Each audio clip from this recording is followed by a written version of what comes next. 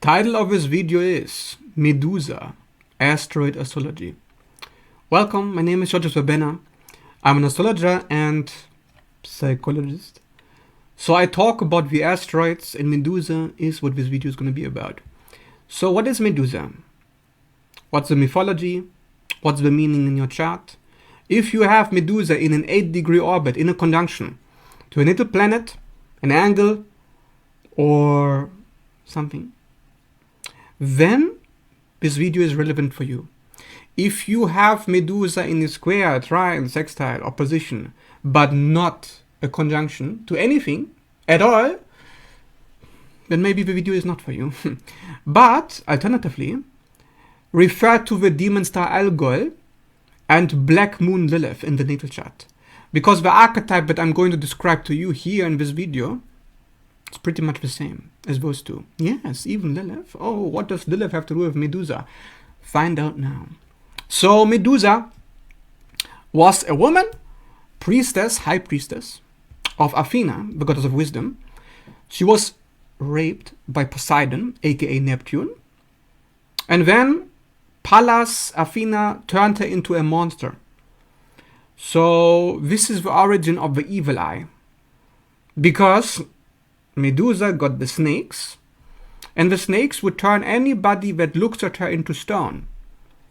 This is why Algol, the Medusa star, is associated with protection against evil. Because the snakes, they scan the environment, like hypervigilance in trauma. They look for threats, and once the threat is detected, you are aware of the threat, which means you are safe. As safe as you can be. If you know your enemy, how is the enemy going to touch you? How is the enemy going to deceive you, rape you, abuse you, if you can already see the enemy coming? And this is why Medusa is about protection.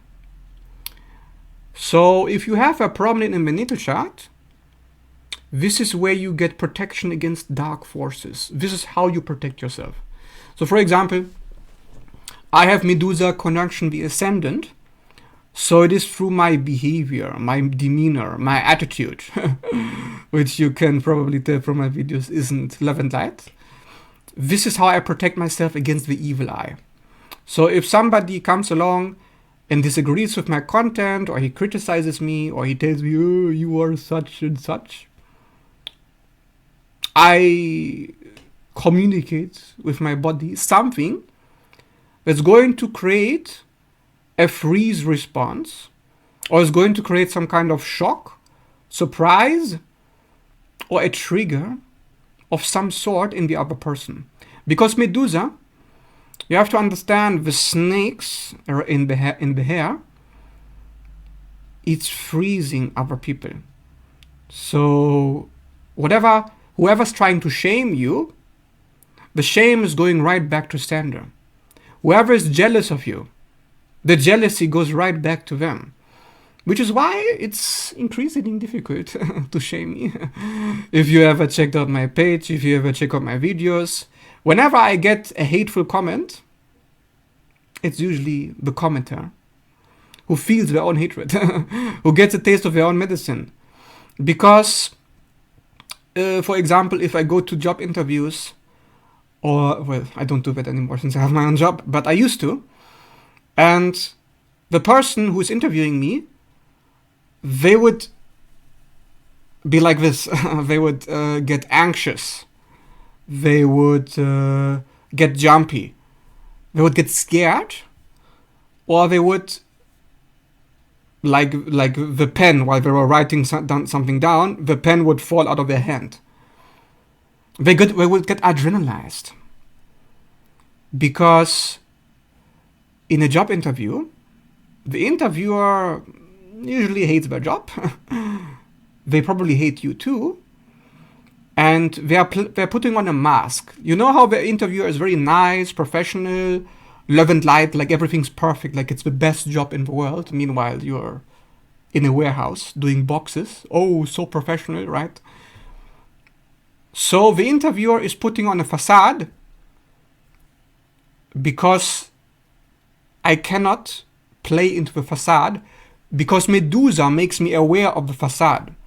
Medusa is a psychic channel. It sees what's wrong. Well, because I have it on the ascendant is social interface.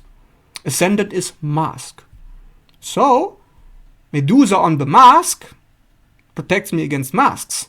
Therefore, people who are masking get triggered, they get anxious, they get nervous, and it's like they can't stand their mask. It's like they can't. They get very uncomfortable. So this is why, if you have Medusa somewhere in the chart, this is how you make people uncomfortable. Oh, you're thinking, but wait a second, Georgie Porgy, I don't like to make people uncomfortable. This is very normal. You see, in astrology, the sign of Scorpio transforms people through the sting. It stings you, after which you see, oh, I guess I'm doing something wrong because it hurts me, so let me stop. Let me change. And that's exactly what Medusa does. So it has a scorpionic frequency, this asteroid. It stings people. You don't even have to do anything. I certainly don't. Just my proximity stings people if they are fake. So if you have Medusa conjunction Mercury, if somebody's lying to you, somebody's being fake to you, you're going to do something unconsciously. It's going to point out the fakery in the communication.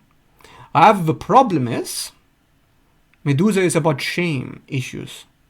And this is what connects her to Lilith. Because you see, Medusa is the one that gets turned into a monster. Meaning the patriarchal control system, which is represented by the hero, Perseus, who gets sent after her to show her a mirror. And then she looks into a mirror and she's like, oh, I guess I am a monster. You know how the narcissist blames the victim, and the victim believes that they are the problem. So the victim becomes frozen and then beheaded. That's why Medusa is about beheadings, like Algol, because it's about elimination of the identity destruction. So why I'm saying this, Medusa isn't easy to deal with. If you have Medusa somewhere, that's what people try to shame you for. They say, oh, what are you doing? Why are you being so weird? Why are you being so difficult? So for example, because I have Medusa on the ascendant, people all the time, I guess there's nothing I can do about it, project that I am evil, that I am bad, that because of my demeanor, because of how I look, because of how I move, because of how I speak, just my attitude in general, it does something to the person. The person then assumes I have some kind of evil intention. And then the person says, cut it out. Stop it. Why are you doing that? Blah, blah, blah, blah, blah. Meanwhile, not doing anything. Not doing anything. But that's a function of Medusa. You have to understand, astrology shows you how you are. So any aspect that you have cannot be wrong. You can't be the problem just because you have Medusa somewhere.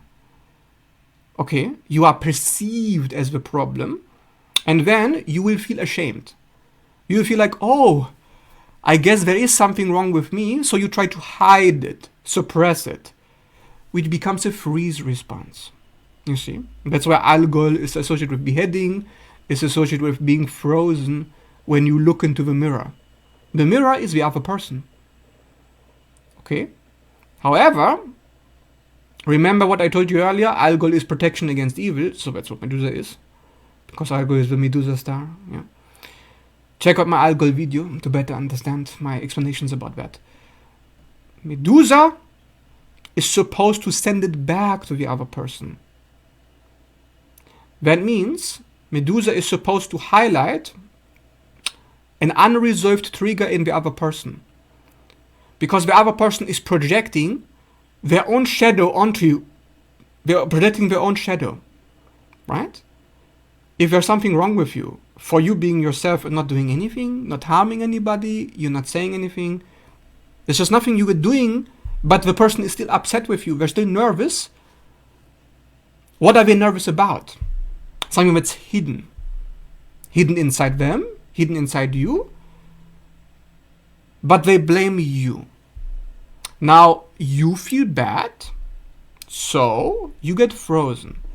You have to send it back to them by understanding, what's really going on here? Why am I under attack? Because that's what happens to Medusa. She gets raped by Poseidon. Now, Poseidon, aka Neptune is about projection. Neptune is about illusion. It's a planet of projection. So, to be Neptunian means you're dealing with a mirror.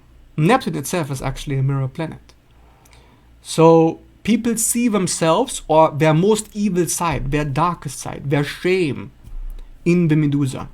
Wherever you have Medusa in the chart, that is the area which is going to draw the negative attention towards you. So you freeze there, you suppress it to stop getting negative attention, because nobody wants negative attention, right? This is why Scorpio, associated with the archetype, is often fixed energy. Fixed. Like, oh, I either go all in and I trigger the shit out of them, or I don't do anything and I just shut down. That's Scorpio. It's extreme. But that's what's necessary, you know. You have a choice.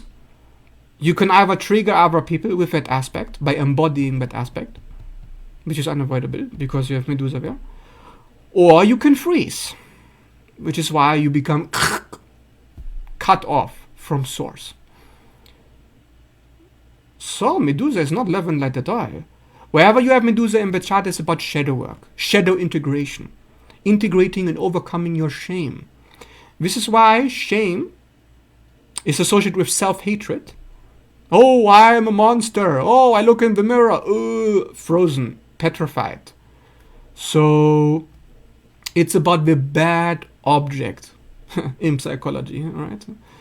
You know what the narcissist sees in the mirror, which is why the narcissist cannot see in the mirror. The narcissist can't stand the mirror. So he can't take accountability for anything if you look at the narcissist. That's why it's also a narcissism indicator in the chart. If you have many narcissism indicators, it's possible the person is a narcissist. However, of course, just because Medusa is born out of narcissistic or psychopathic abuse doesn't mean you're going to be a narcissist if you have a prominent Medusa. I have a prominent Medusa. I work with it by looking in the mirror and being like, okay, so this is what I am now. I am the problem. Okay, let me be the problem then. And now what?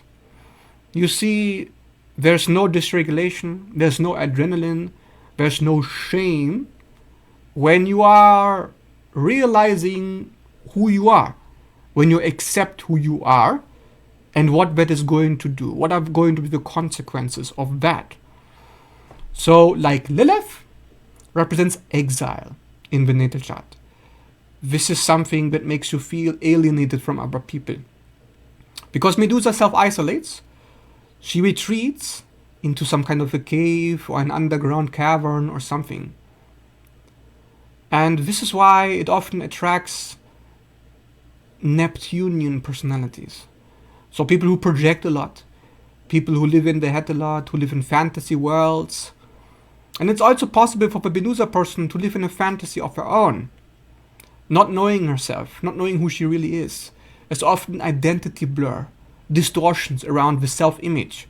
So whatever part of the natal chart you have Medusa on, there's going to be some kind of questioning about your identity, not feeling sure, not feeling certain about yourself, feeling like, deep down there must be something wrong with you.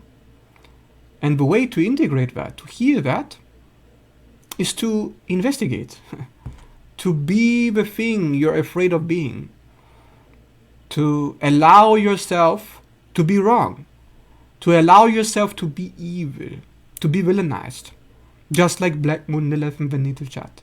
It's very much the same archetypal force of the dark feminine. That's why we call the star associated with Medusa, Algol, the Lilith star. Yes, it is Medusa, but we call it the Lilith star. So you have to understand that there's multiple aspects in astrology which represent the same archetype. Just like if you look at Kali, if you look at Hecate, if you look at Hel, this is pretty much the same thing. Of course, it is a bit different based on the interpretations in culture and mythology. It could be that it looks slightly different, but at the core, it's about the same issues, the same collective shadow. What's the collective shadow? That there's something wrong with you, and you have to hide that. Right? That's why Lilith is the dark side of the moon. You hide it, it's taboo. Medusa hides herself, doesn't look into the mirror, goes into an underground cavern, disappears from society, is villainized, exiled, hunted with pitchforks. Then the patriarchal hero, Perseus, he comes and he gets her and he collects her head. Then he uses that head to hunt monsters. Which you could say, it is possible to interpret it differently, that there is the masculine, the divine masculine perhaps, who goes after Medusa. He takes her head and uses it to destroy evil. And out of Medusa's body rises Pegasus. Like if you know about the mythology, after Medusa is slain, Pegasus rises from her body and Perseus rides on it. So he can fly anywhere he wants and he can hunt those demons down, hunt those creatures, hunt those monsters. So it's also a demon hunter placement, if I could speak of it. Because, of course, I call myself a narcissist hunter online. So, well, it's because Medusa is protection against evil. So it is actually, even though it's very difficult to deal with, it's also quite fortunate, you see, because if you have the best protection against evil that exists in this realm, archetypically prominent in your blueprint, it's pretty good. I would say so myself. Of course, you can go online and check this for yourself if you don't believe me. Look for Algol talismans. You will find very quickly that Medusa is and has been for thousands of years the best protection against evil and black magic that has been known to humanity, archetypically speaking. And there's a reason for that. There's a reason also why it's associated with snakes. Because ironically, I know it sounds strange. It may take you some time to understand this. This is why I recommend that you watch my other videos on my channel to really understand my reasoning and what I think about this. Of course, you should check everything yourself. I'm just telling you my opinion based on my research. But the best way to protect yourself against snake consciousness is through snake consciousness. This is why often you see distortions, like in narcissism, in avoidant attachment, in psychopathy, in other disorders of any kind, in paranoia, in schizophrenia, in fear-based conditions of the mind, in which the reptile brain takes over to create a survival mode state. This is all snake consciousness. And snake consciousness is created because there's fear. Fear from being betrayed, from being manipulated, from being hurt. So you see everybody as a snake. Those who try to hurt you are snakes because there is an assumption that people are trying to manipulate you, that they are playing a trick on you, that they are playing a facade, which if you look around, that's exactly what people are doing. So this is, of course, why your brain is creating that projection. And ironically, it is by understanding the snake consciousness, embodying the snake consciousness consciously, is no longer a problem. Because what happens in your mind, in your body, if you bring your own consciousness, bring your own light into the snake inside of you, into the frequency of Scorpio, into the devil within. If you bring it into your shame, into your darkness, into the evil that you reject, and you look at it, and you see it, and you're like, okay, I guess this is what I got, it dissolves. So it gets neutralized through your consciousness. This is why, actually there's a therapy for this. Like if you go online, if you do some research. For narcissists, there's a therapy in which it is recommended that narcissists look into the mirror therapeutically. Just look at your mirror image and stare at it. Because this is supposed to help the narcissist feel their shame, which is the one thing, the number one thing that we're trying to avoid. So if you're looking at what you're avoiding, you are using that same snake consciousness to go deeper. And that, of course, neutralizes it, destroys it right there. Because the shame is causing the distortions. When you are avoiding your shame, that means you are afraid of your shame. Everything that you avoid, you are afraid of. So the more you avoid something, the stronger the fear becomes. And the stronger the fear, the stronger the reptile brain. The stronger the survival mode, the stronger the snake consciousness. So I hope it makes sense to you. Because this is how I work with Medusa.